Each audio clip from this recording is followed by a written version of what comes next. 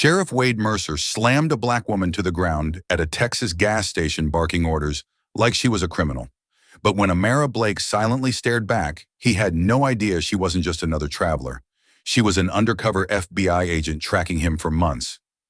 Now the hunter just became the hunted. Would you have stayed calm if the man abusing his power didn't know you were the law? If this moment hit you, leave a like and share it, because what happens next will shake this entire town. I was there when it happened mid-afternoon, heat wobbling above the blacktop like the air itself was holding its breath. The Chevron sat quiet on the edge of town pumps, clicking a cicada haze in the trees. A black woman in her 30s pulled in 2 spots over from me. Plain t-shirt, ball cap rental sedan. Nothing flashy. She moved like someone who'd learned the value of making herself smaller than a scene. The cruiser slid in without siren, just lights. It nosed up on her rear bumper like a dare. Officer Martinez climbed out, sunglasses, shining thumbs tucked under his vest like he was posing for a brochure. He didn't say hello, didn't ask if she needed help. He just held out a palm. License. You fit the description. The woman didn't argue. She kept both hands where he could see them, rolled down the window, slow, and passed over her license and rental agreement. Calm, not submissive calm. I remember thinking that kind of calm cost something. Martinez took his sweet time.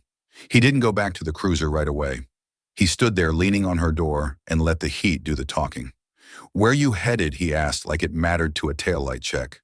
When she said back east, he smirked. Why so nervous, lady? She wasn't. Not in the way he meant. Her eyes were working small movements, mirrors hands where his gun sat, where his radio wire ran. She was clocking the scene. I didn't know it then, but I felt it. This wasn't her first time being measured. He finally walked her papers to the cruiser. 40 minutes, I counted. He typed, looked up at her, typed again, talked on the radio, laughed at something the radio said, then just sat there. The gas clerk pretended to rearrange gum by the register. A family in a minivan stared and didn't get out. The heat pushed down. That's when a black F-250 rolled in, light bar, gold star on the door. You could feel the air shift before the man even stepped out. Sheriff Wade Mercer, tall, square shoulders, silver hair, buzzed short. A small, satisfied smile like the world had arrived to confirm his opinion of it. He didn't so much walk as take ownership of ground. Martinez popped out of his cruiser and handed Mercer the license, but Mercer didn't look at it. He walked straight to her window, leaned in close enough that I saw the woman set her jaw. Step out, he said, voice easy. Let's see what you're hiding. She unbuckled slow, kept her hands visible, opened the door with 2 fingers. She stood. She wasn't tall, but she had a way of standing that made height irrelevant. Mercer took one long glance through the sedan, backseat floorboard, trunk release. Pop it, he said. She hesitated. Do you have probable pop? The smile never reached his eyes. The trunk rose. Camera bag, charging cables, a small leather notebook. Mercer flipped it open like it belonged to him. His mouth made a little Source X. Payments. $5,000 ahead. He turned a page. That what you do? Stir stories. Make problems you can sell to people who don't live here? I'm a researcher, she said, neutral. I document what people tell me. A journalist, Mercer translated. To Martinez, louder. We got ourselves a journalist. That word landed like an accusation. The family in the minivan shut their doors. The woman reached for her phone, slow, asking permission as she moved. I'd like to record. Mercer plucked the phone out of her hand. He didn't look at the screen. He held it up to the light like a fisherman measuring a catch, then let it drop. It bounced on the concrete. The sound was small and ugly. He stepped on it. The glass sighed into a spider web. A sound came out of me that was more breath than word. So did a couple of other people. Nobody moved. That's destruction of property, the woman said, voice steady. I'll need your badge number for my complaint. Mercer chuckled. You can file it from the cell. He nodded and Martinez moved quick and practiced. Hands behind her back. Metal kiss on wrists. The woman didn't fight. She didn't plead. She looked at the dashboard of the cruiser as they angled her toward the back seat. I followed her eyes. 2:32 p.m. She didn't say it out loud, but I saw her note it. Like a pilot calling altitude, like a surgeon noting time of incision. Sheriff Mercer stepped in front of her and put one boot on the low concrete curb that runs along the pumps. He leaned a little on that leg and without looking, pressed his sole against her shoulder to force her down. Not hard enough to injure, hard enough to humiliate. "You think you're above my law?" he asked. The way he said "my" carried 20 years. The woman lifted her face hair, stuck to her cheek with heat. She wasn't crying. She wasn't trembling. If anything, there was the smallest curl at the corner of her mouth, something like pity, which made no sense until she spoke. "You have no idea what you're stepping into," she said. Not loud, not for the crowd, for him. I saw it, the flicker. Half a second where Mercer's eyes searched her face for context. Then he laughed because that's what bullies do when they smell challenge and a crowd is watching. "Get her out of here," he said. Martinez and another deputy, one I didn't recognize, walked her toward the cruiser. She passed me close enough that I caught lavender and road dust. For a heartbeat, she glanced up, not at my face, at my phone in my hand. I didn't realize I'd raised it until then. I lowered it like I'd been caught stealing courage. She didn't look disappointed. She looked calculating. Her gaze dropped to her wrist, a plain black sports watch. She turned it slightly with the heel of her palm, like someone adjusting for glare. Then she got in the car. The crowd dissolved the second the door shut. It wasn't dispersal, it was evaporation. The clerk went back to not seeing. The minivan pulled away. The heat swallowed the sound. Mercer closed the trunk with a slap, tossed the leather notebook onto the front passenger seat of the F-250, and looked around like a king regarding a square he'd cleared. "You folks have a blessed day," he said. That was the part that caught in my throat. The way he gave us permission to move again, as if we'd been holding our breath for him. Maybe we had. The cruiser pulled out first. Mercer followed in the F-250. The woman's sedan stayed there, trunk ajar, camera bag yawning open to the sky. A cable dangled like a cut vein. I stood by pump 4 and did what people do when they don't know how to be brave. I looked for someone braver. Across the lot, a teenage boy, skinny brown. Too old to be a kid, too young to be anything else, lowered his phone, slow eyes wide, chest rising fast. He glanced left, right. He slipped the phone inside his backpack like it was contraband, and then he walked, not ran, toward the street. Smart kid. I paid, got in my truck, and didn't turn the key. The air inside was an oven. I sat in it anyway. Some moments you're supposed to sit in. Here's what I know now that I didn't know. Then calm is a tactic. Silence is a tactic. Marking time 2:32 is a tactic. That black watch wasn't a watch the way mine is, and that woman wasn't a journalist, not the kind Mercer had prepared his smile for. Back then, all I had was a feeling. The feeling that she hadn't been crushed, that she'd allowed the humiliation to land where it needed to land, not on her, but on the record. The feeling that when she said, "You have no idea what you're stepping into," she wasn't bluffing. She was taking attendance. The station breathed again. A trucker pulled in, killed his engine, stretched his back. The clerk lit a cigarette out back. Somewhere a radio played a song my mother liked when I was a kid. I finally turned the key. As I pulled past pump 2, I looked at the empty space where she'd been. A square of darker concrete still wet from the shadow of her car. Funny what heat remembers. At the edge of the lot, I caught one last small thing. The leather notebook on the F-250's seat had slid open in the sunlight. The page on top wasn't blank. It had lines, names, numbers, and next to the numbers, 2 letters printed over and over in Mercer's blocky hand. CA. I didn't know what that meant. I do now. When people tell this story, they start with the moment the FBI showed up.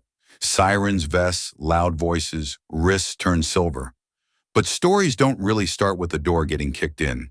They start with a woman on hot concrete, with a man too used to being the tallest thing in a room, with a watch no one noticed and a clock that did. That day at the pumps, all I could do was watch. She did the rest. They took her into the Del Rio station just after 3. The air inside was stale old coffee sweat and a kind of tired metal that never really left the walls. The sound of the door slamming shut was louder than it should have been, like the building was sealing her in. Sheriff Wade Mercer led the way down a narrow hall, boots echoing on the tile. He didn't rush. Men like him never do. He pushed open a door to a small interrogation room, gray table, 1 chair on each side, a camera in the corner blinking red. He dropped a single sheet of paper in front of her. Sign this, he said. Amara glanced down, disturbing the peace, resisting arrest, inciting a protest. She looked up. That's false. Mercer leaned forward, resting his hands on the table. Sweetheart, he said, tone almost gentle, every lawyer in this town drinks at my table. He straightened, snapped his fingers toward the deputy by the wall. Turn that thing off. The red light on the camera winked out. Silence grew heavy. The fluorescent tube above them flickered, humming like a trapped fly. Mercer began to pace, boots tracing slow circles. You people come here thinking the law protects you. The law is whatever I say it is. Amara watched him, expression, steady voice, quiet. Then I'll wait for the real one to show up. He laughed, sharp and short. You'll be waiting a long damn time. He stepped close, lowered his voice. You see, we own this town. The mayor's in my pocket. The judge, my cousin. So be smart, sign the paper, and we can all go home.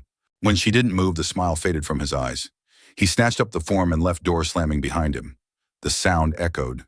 Then nothing, just the low buzz of neon and her breathing. The room smelled of metal and dust. The paint peeled away from the walls like it had been trying to escape for years. Amara sat still for a moment, staring at the mirror opposite her. She could almost feel the weight of Mercer's arrogance still hanging in the air. Then she exhaled slow and controlled, like she was remembering an old routine. Her wrist twisted slightly. A soft metallic click. The cuffs loosened. She slid one hand free, rubbed the red mark they'd left, then reached for her watch. A tiny tap on its edge made a blue pulse flicker once beneath the glass. The signal was on its way, bouncing quietly toward a screen in Houston. Outside, Mercer's voice carried down the hall. We own this town, he bragged. The mayor's in my pocket. The judge is my cousin. Laughter followed. That same hollow sound men make when they think the world won't ever change. Amara's eyes lifted to the mirror again. For a second, the flicker of the dying light caught them, just right, cold, steady, unblinking. She whispered to the empty room, You have no idea what you've started. Her hands folded neatly on the table again, the cuffs lying silent beside them. To anyone looking through that mirror, she was just another woman waiting to be processed, waiting for help that would never come. But I was there, standing in the hallway, close enough to see the reflection in the glass. She wasn't waiting to be saved. She was waiting for her signal to reach home. They didn't put her in a cell right away. They let her sit in that small room while the day thinned out. Then Mercer drifted toward the lobby like a man who'd paid for the land under his boots. Through smeared glass, I watched two men waiting by the vending machine, shirts, two new boots, too clean. One had a brown envelope he held like a church program. Mercer made them reach for him. A handshake became a lean in. The envelope slid across neat as a folded napkin. No raised voices, no threats. Just business done by men who assume no one here will ask what's inside paper. They stepped outside near the flag with the frayed rope. I edged closer to the glass.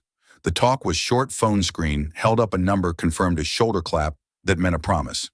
Then three men peeled off in three directions, calm as cattle after a gate swings shut. Money, I thought, always finds the same downhill. Inside, the whisper started, the kind that belongs to everyone and to no one. Better pay Mercer than disappear. A secretary said it like a habit. The janitor didn't say it, but his eyes did. In towns like this, fear isn't a headline. It's air. A TV hung in the corner, sound low. The local station ran a segment, Mercer smiling in a park, shaking hands at a barbecue. Sheriff of the Year scrolled under his face. He took a plaque, said he was honored to serve the good people of Del Rio. The anchor's smile didn't waver. 5 feet below that screen, the brown envelope cooled on a desk until someone decided which drawer sins go in. Down the hall, the air hummed. A vent near the ceiling didn't fit its frame. Sound slipped through. I pretended to hunt for coffee and caught a flattened voice, Martinez's, speaking like he was ordering gravel. Shipment Tuesday, he said. 15 heads. $5,000 each. Same drop. The answer broke to metal. It didn't matter. 75 grand did. If Tuesday ran smooth, there'd be a Thursday. If Thursday ran smooth, a Sunday. Someone somewhere was writing lines in a careful hand that thought ink could outrun consequence. Through the interrogation room window, I saw Amara, hands folded, head angled, like she was listening for a cue. Not nervous. Working. Her eyes flicked once to the vent, then to the clock. I'd seen people stare to pass time. She stared to mark it. Mercer came back past the door, his award smile exchanged for the private one he wore when he believed no one important was watching. He told a deputy to keep the noise low, told the clerk to lose that complaint. He palmed the envelope and vanished into an office with tinsel still stuck in a ceiling tile in late March. This place didn't bother to strike the set. Same actors, same lines.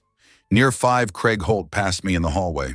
He was young in the way you can still see choices ahead of him, fresh uniform haircut too short to hide a soft edge. He nodded, kept going, then doubled back and opened Amara's door without knocking. He didn't talk right away. He set a bottle of water on the table, gentle like it might bruise.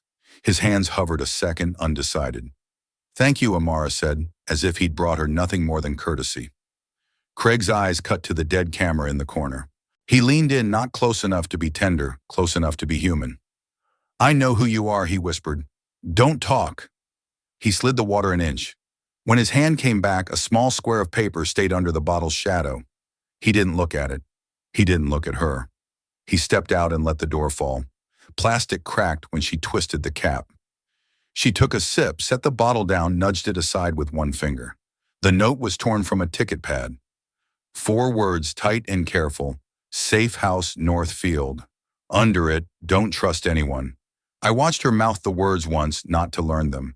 She already had, but to test how they felt in her mouth.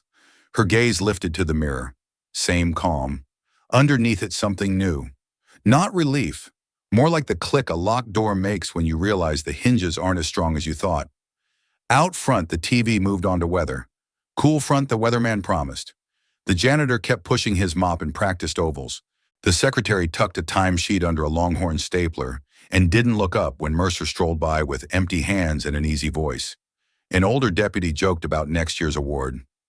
Mercer gave him a humble shrug people like to see in men who don't deserve the word humble. I wish I could tell you the room turned on him then. It didn't. Rot doesn't stop because someone names it. It needs air, and it had plenty.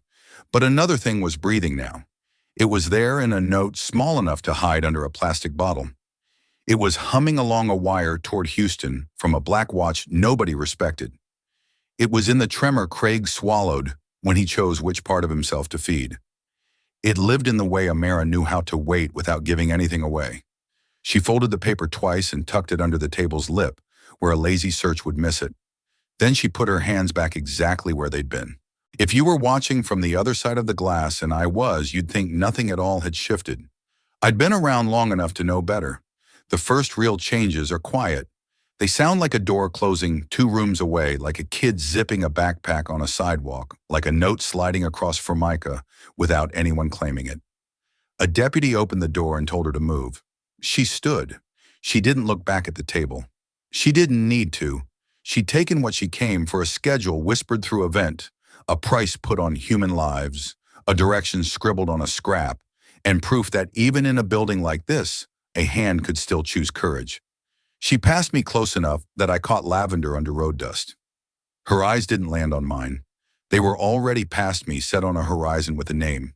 Behind us, the TV promised rain we wouldn't get. Outside, the flag clicked on its frayed rope. Somewhere in town, a father told a child to keep his head down. People say fear is the air here. Maybe, but leaving that station, I smelled something else, too thin, but real. Possibility. Northfield wasn't just a direction. By morning, it would be a door, and someone on the other side was getting ready to open it. Morning light spilled across the asphalt outside Del Rio Station when Mercer opened the door and told her she was free to go. "Clerical mix-up," he said with a grin that didn't reach his eyes. Mara stepped out, the weight of her cuff still ghosting her wrists. She didn't need to look around to know a cruiser would follow her, its mirror catching the sunlight just a little too long. 2 blocks down, a pickup slowed. Craig Holt leaned out, voice low. "Get in, quick!" She hesitated, then saw the camera on the streetlight pivot her way. She climbed in, and they drove north past fields the sun hadn't yet reached. He said nothing until the road turned to dirt. "There's someone you should meet." They stopped at a small ranch house leaning against a wind-stripped fence. A man waited on the porch, dark-skinned, broad-shouldered, his left arm stiff at the elbow. Miguel Ramos, Craig said. Used to wear the badge. Inside, the room smelled of coffee and gun oil. A stack of old case files sat under a cracked window. Ramos poured her a cup, sat and studied her face. "You're not from around here," he said. "I'm just looking for answers," Amara replied. He gave a hollow laugh. "Then you came to the wrong town." The silence hung until Ramos spoke again. Mercer made a 17-year-old boy disappear. No record, no trace. His mother still leaves food on the porch. Craig shifted jaw tight. I could almost feel the anger thickening the air through his voice, the kind that doesn't shout it, just burns slow. Ramos pulled a flash drive from his pocket and placed it on the table. I had a ledger once names payments routes. Every deal Mercer ever made. Cops, judges, even the pastor. They took the book from me. He tapped the drive. But not before I copied it. Amara's gaze locked on the small piece of metal. She didn't reach for it. "If that's real, it can end him." "It's real," Ramos said. "But you show that too soon, they'll bury you beside that boy." A phone buzzed in Craig's pocket. He checked the screen. Mercer. The message was short: report any contact with her. He stared at the words, thumb hovering over reply. Then he hit delete. The glow faded. So did something in his face. Ramos caught it, nodded once. "You still got a choice, kid." But not for long. Amara leaned forward, voice low but steady. "We're not just fighting a man," she said. "We're fighting his world." The sentence hung there, quiet but solid, the kind that doesn't need echo. Outside, a dog barked somewhere down the valley. The wind carried the sound of an engine on the highway, Mercer's shadow still hunting. Ramos stood, checked the curtain. "You've got maybe an hour before he figures out you're gone. After that, the safe house isn't safe." Amara rose, pocketed the drive, and looked to Craig. "You still in?" He swallowed hard. "Yeah, guess I am." They stepped into the sunlight together, three people against a county that had forgotten what justice looked like. The road ahead shimmered with heat, and behind them Del Rio still slept under Mercer's law. But somewhere deep in that morning, the system had already cracked. They just had to keep pushing until it broke. The call went out just after dawn. Amara stood behind an old diner using a prepaid phone Craig had scrounged up. The sky was the kind of gray that never promised anything. She dialed a number burned into her memory, her direct superior, ASAC Richard O'Rourke. He picked up on the third ring. "Sir, it's me," she said. "I've confirmed Mercer's running protection for smuggling routes through Del Rio. I have evidence partial, but enough to." His voice cut in low, deliberate. "Drop the case." She froze. "Excuse me, you heard me," O'Rourke said. "No hesitation, no warmth. It's too deep, Amara. Too many names. Walk away before it buries you." Then a click. Silence. For a moment, all she could hear was the hum of highway traffic. The phone felt heavy in her hand, heavier than it should. She called back, no answer. Called again, straight to voicemail. Craig stood nearby, watching her face. "What did he say?" She swallowed hard. He said, "Stop digging." Back inside the truck, she opened her laptop. The hotspot flickered, connected. She typed fast, sending an encrypted brief with what they'd found to bureau servers. The screen blinked, then froze. A red warning appeared, forwarding DA Hendricks. Her breath caught. Hendricks, the same district attorney Ramos had flagged in the ledger.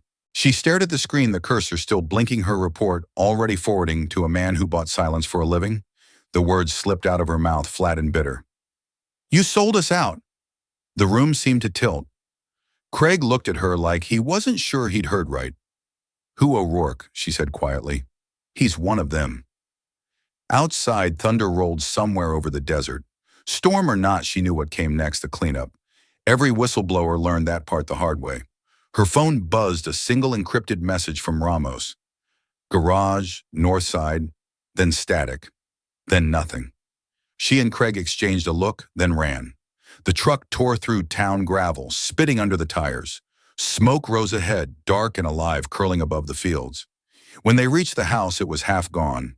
Flames licked through the roof beams. The windows were shattered. The air reeked of fuel. Craig jumped from the truck, shouting Ramos's name, but the only answer was the soft whine of metal cooling. They pushed through what was left of the garage. The walls were black, the air thick. Amara coughed, eyes burning until she saw it, a glint near the exhaust pipe of a burned-out pickup. She crouched, reached in fingers, brushing something small and cold. A USB drive. Melted on one side but intact. She slipped it into her pocket, throat tight. "He hid it here," she whispered. "He knew they'd come. Back in the truck, she plugged the drive into her laptop.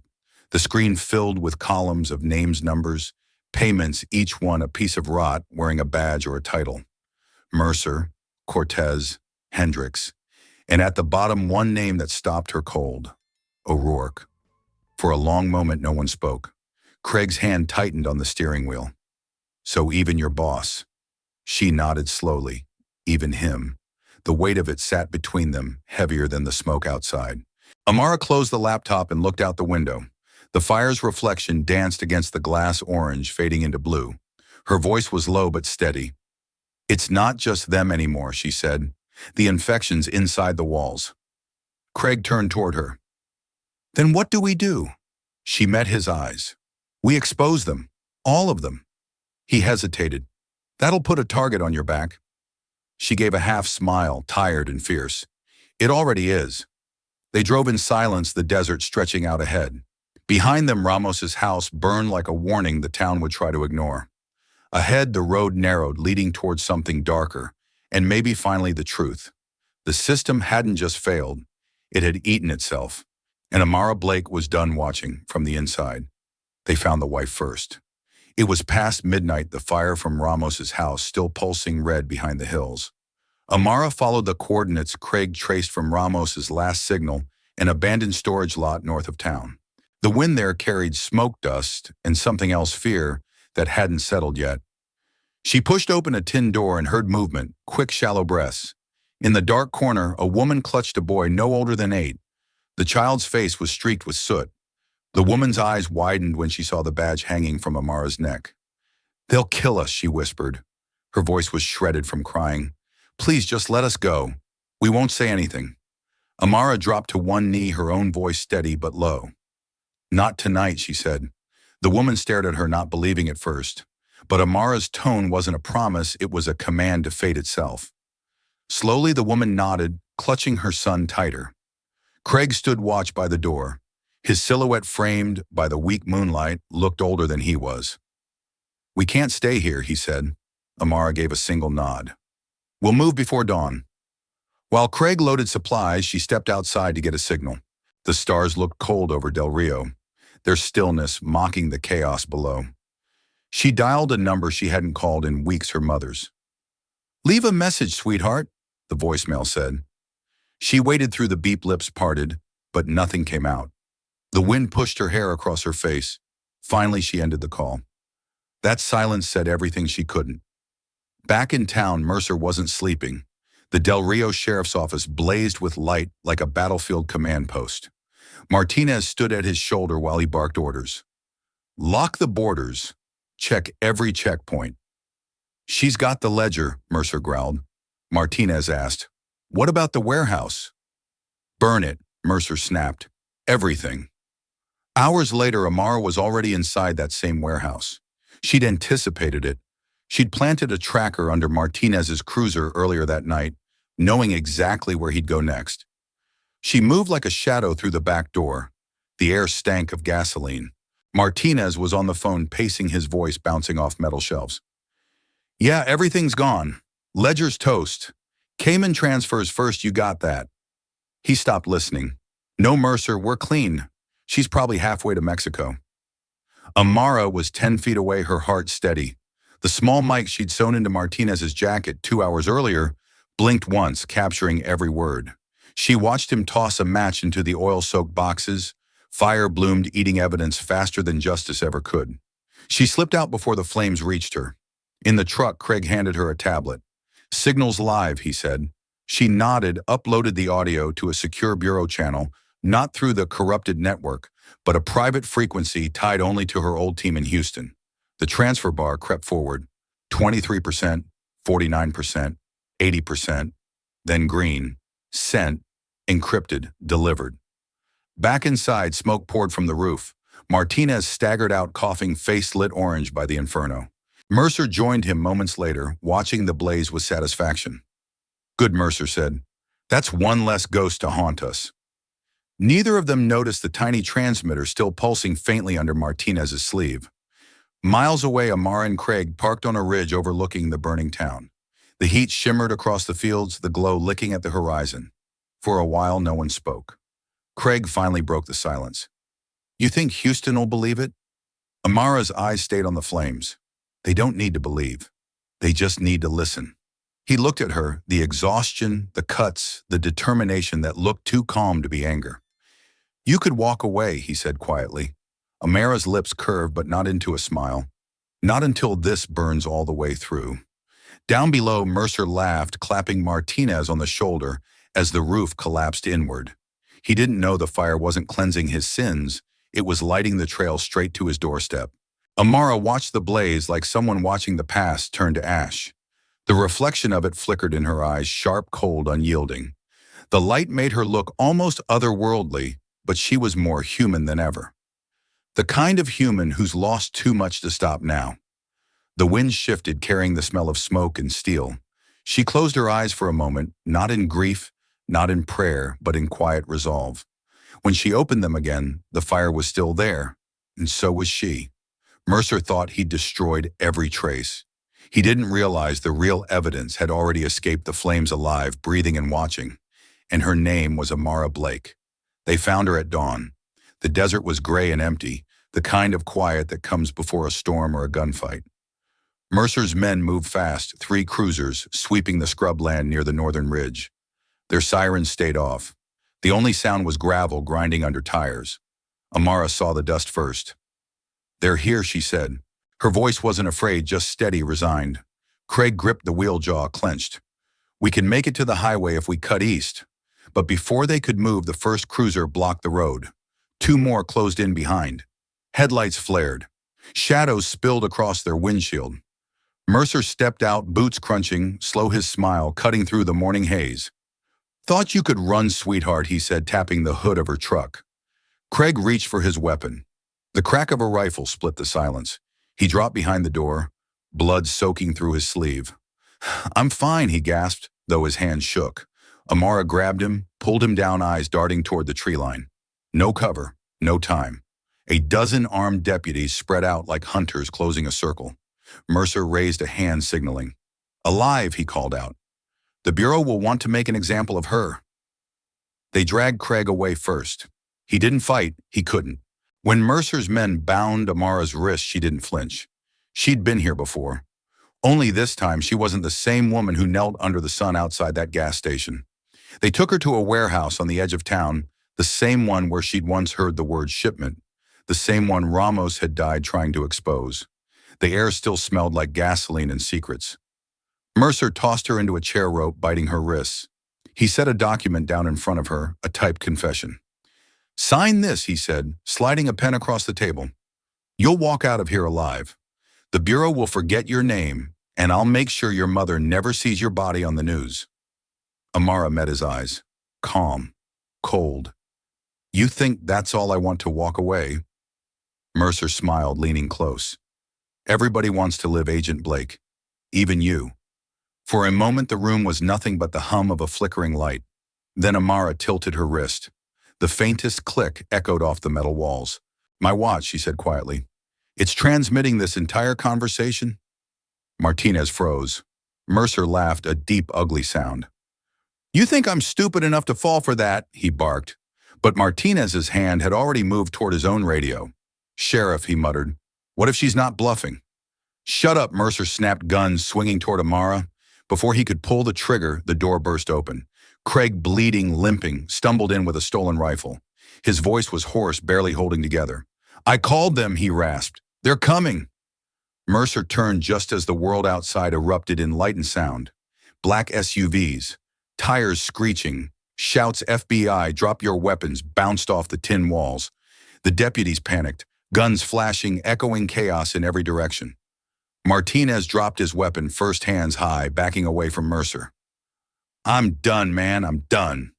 Mercer fired once, hit nothing, and then the room filled with red dots. Dozens of them dancing across his chest, his neck, his hands.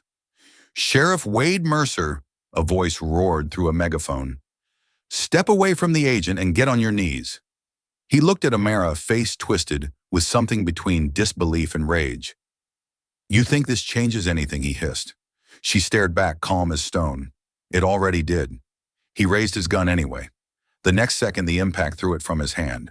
The echo of the shot cracked the morning wide open. When the dust settled, Mercer was on his knees surrounded by the same kind of men he used to command. Hands bound, head down, knees pressed into dirt. Exactly how he'd made Amara kneel that first day. Craig sank to the floor beside her, blood pooling beneath him, but there was a faint grin on his face. "Told you they'd come," he whispered. Amara looked at him, eyes glassy, voice soft but sure. "You did good, Craig." Agents poured in clearing rooms, shouting codes.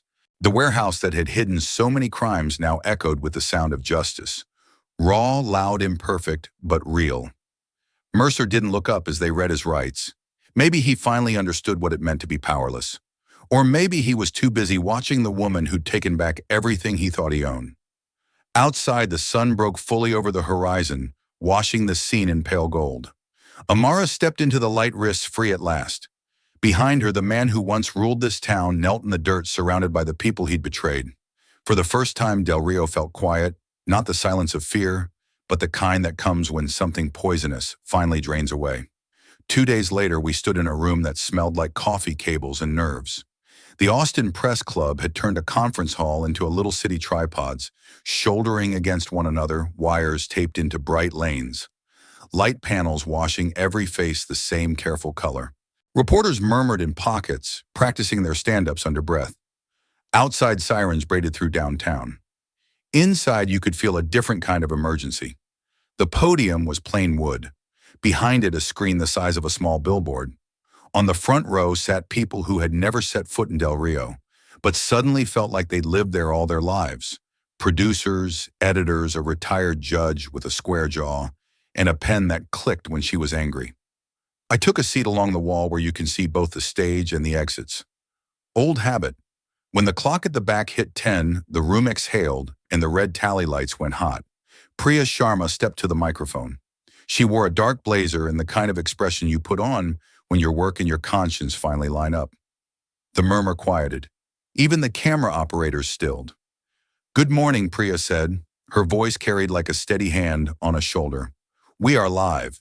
What you're about to hear is the result of an investigation that cost people their sleep, their safety, and for some, their homes. It is also, I believe, the beginning of repair." She glanced right. Amara. Amara Blake walked up like someone who had spent the last 48 hours with too little water and just enough will. Hair pulled back, a bruise shadowing her jaw, a bandage peeking from under her sleeve. Her voice when it came was rough, but it didn't waver. "My name is Amara Blake," she said. "I'm a federal agent, and for the past 18 months I have been undercover in Val Verde County." She held up a small USB drive between two fingers, the metal catching light. "This contains 20 years of human suffering." You could feel the room pull in close. Priya took the drive, slotted it into a laptop. The screen behind them came to life, a simple directory, file names stamped with dates and times, as if time itself were a witness. Priya tapped a track. The room's speakers clicked. Mercer's voice filled the hall. Not a movie version, no music under it, no reverb. Just the flat, bored tone of a man scheduling a delivery. 15 people, 5,000 each. Tuesday, Cayman accounts, same routing. No one coughed. No one shifted. You could hear the rise and fall of the HVAC over the ceiling. On the front row, the retired judge stopped clicking her pen. Another clip paper rustling, a woman's voice. Mayor Cortez, cool businesslike. 75,000, split 2 ways. I'll make the deposit Wednesday night. The screen changed. Financial records bloomed across it, account numbers, transfers, a column labeled routing. The numbers marched like soldiers. No room to hide between them. Then arrest footage, Mercer in cuffs, anger boiling under a forced blankness. Cortez led down a hallway, chin up, like that meant anything now. The room flickered with camera shutters. On one side, a man who'd come in skeptical lowered his phone and just watched. Priya brought the audio down. "We'll release the full archive to multiple outlets following this briefing," she said. "But first, Agent Blake has a statement." Amara took the mic again and looked directly into the main camera. Not past it, into it. "I've seen people try that and miss." She didn't miss. "If you're watching from a small town that feels like mine," she said, "you're not alone." She let it sit a beat. It did not feel like a line. It felt like a bridge. I'm not here to tell you Del Rio is uniquely broken, she continued. I'm here to tell you that silence is not safety, and power is not law. The people who paid, who were threatened, who were told to keep their heads down, they did not fail. The system failed them. We are going to fix that. A woman 2 rows back put a hand to her mouth. I don't think she meant to. It just rose there on its own. Reporters started to raise their hands. Priya pointed to one on the aisle. When did federal leadership become aware of internal compromise, the reporter asked. Amara didn't blink. 2 days ago, she said. We identified a leak from within the San Antonio office to the Val Verde County District Attorney. That individual has been removed from access and is under investigation. All materials here have been routed through a clean chain to Houston and Washington. Another question, how many victims? 47 confirmed and documented, Amara said. Likely more. We have immigration attorneys standing by for immediate relief where appropriate. We are not releasing names today. They have been through enough. A hand from the back. Agent Blake, are you afraid for your life? She took a breath and something in the room leaned with her. There were moments, she said, when I didn't expect to see this day. But fear isn't a stop sign. It's a warning that you're near something that matters. Priya nodded to the tech and another clip rolled.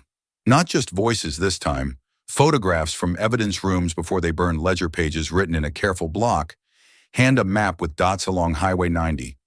The kind of proof that doesn't need adjectives. A soft noise started in the audience, nothing loud, just the shared exhale of people realizing a rumor is a machine. The retired judge raised her hand, didn't wait to be called on.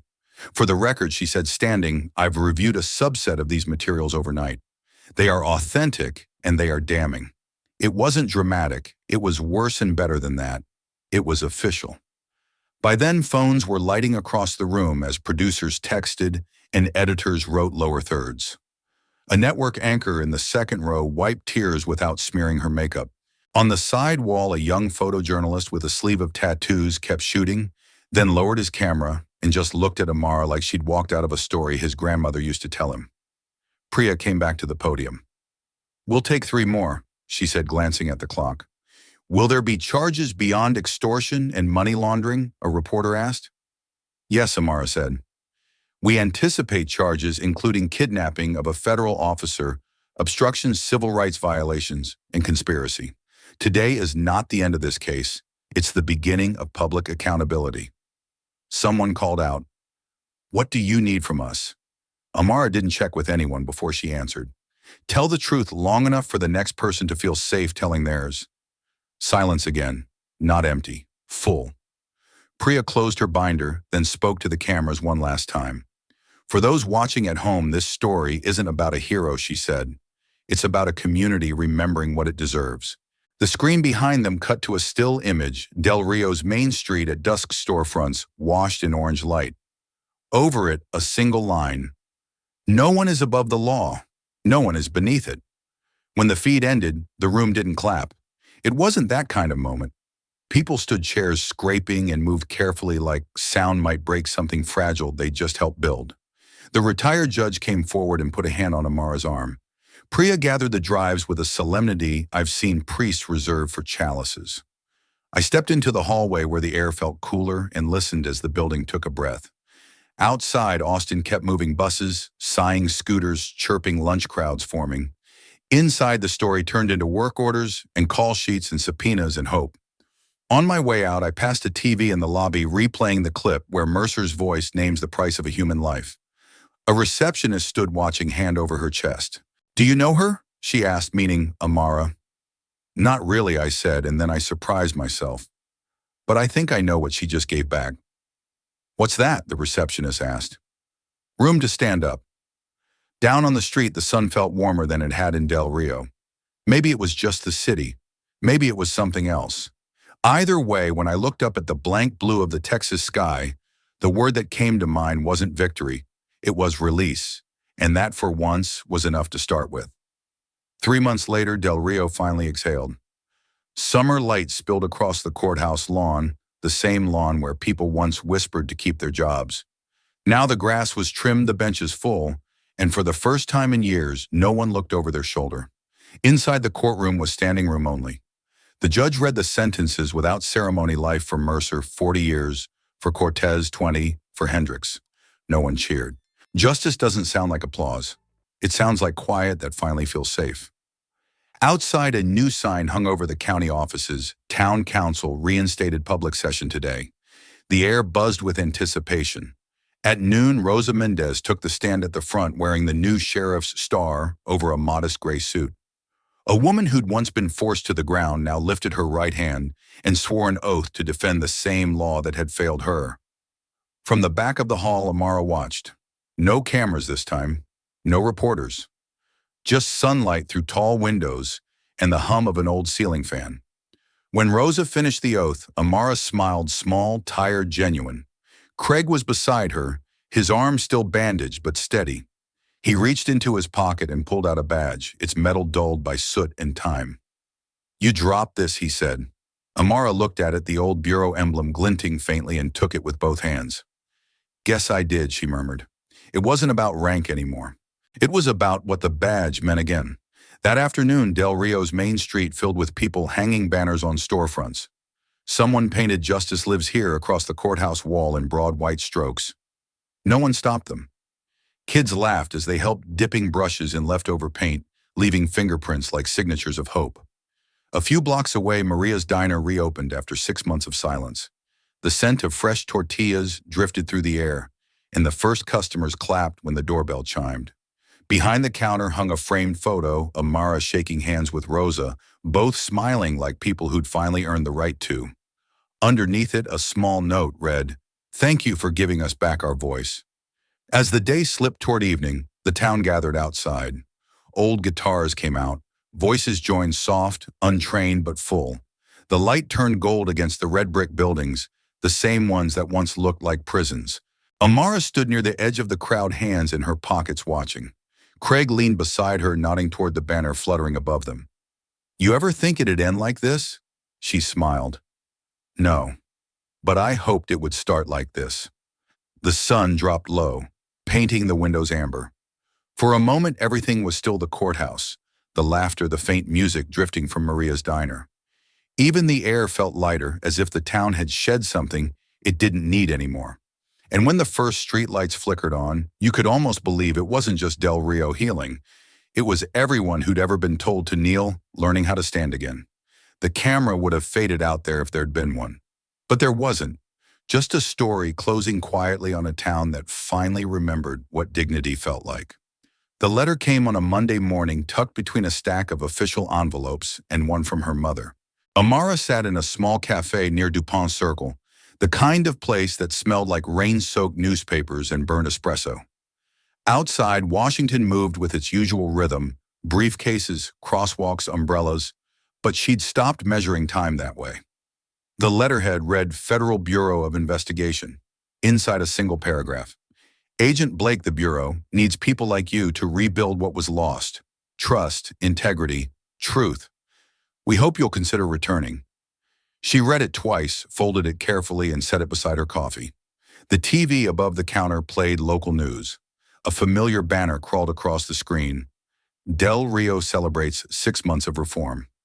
Footage rolled Sheriff Rosa Mendez shaking hands with townsfolk, Maria's Diner packed for breakfast, a child painting "Justice Lives Here" on a fence post. Amara smiled, soft and distant. That town had been a wound once. Now it was a scar that proved healing was possible. Her phone buzzed. Craig. Guess what he said, his voice still carrying that mix of humor and exhaustion. "Got a call from the Houston office. They're seeing new leads, other towns, same kind of pattern. Different names, same game. You ready for round 2? Amara leaned back, watching a beam of morning light crawl across the cafe window until it caught her reflection in the glass. Her face looked older, sharper, but her eyes were still steady. "Justice isn't perfect," she said quietly, "but it's worth fighting for." On the other end, Craig chuckled. "That's what I thought you'd say." Then the line went silent, not in the way that ends a conversation, but in the way that keeps it alive. She looked down at her coffee, the steam curling like memory. In its reflection, she could almost see Del Rio again, those same dirt roads, the courthouse at sunset, and the faces of people who'd stopped being afraid. The light shifted, catching her watch, the same one that once transmitted Mercer's confession. Its cracked face glittered for a moment, as if remembering too. Outside, the city kept moving. Buses hissed, heels clicked, sirens faded into distance. Inside, Amara gathered her coat, slipped the letter back into its envelope, and stood. Her chair scraped softly against the tile, one small sound in a world still trying to get better. The sunlight caught her as she reached the door, outlining her silhouette in gold. She looked tired, yes, but unbroken. And as she stepped out into the noise and light of Washington, the screen would fade to black. A final line appeared, inspired by countless real cases of silent corruption across small-town America. Then a slow reveal of the logo, Blind Veritas, when silence meets justice. The music would be low, solemn, but rising, a note that doesn't end, just holds the sound of truth beginning again. Sometimes justice doesn't arrive in a roar. It shows up in quiet acts of courage in people like Amara, who refuse to look away when the system breaks. This story reminds us that truth may bend, but it never disappears. It just waits for someone brave enough to uncover it. If this story moved you, take a moment to like the video and share it with someone who still believes that doing what's right is worth the fight. And if you'd like to hear more powerful stories of truth, courage, and redemption, make sure to subscribe to Mr. Max Stories. Your support means more than you know. Every share, every comment gives our team the strength to keep creating stories that matter. Because here at Mr. Max Stories, we believe one thing above all else: justice lives in the hearts that refuse to stay silent.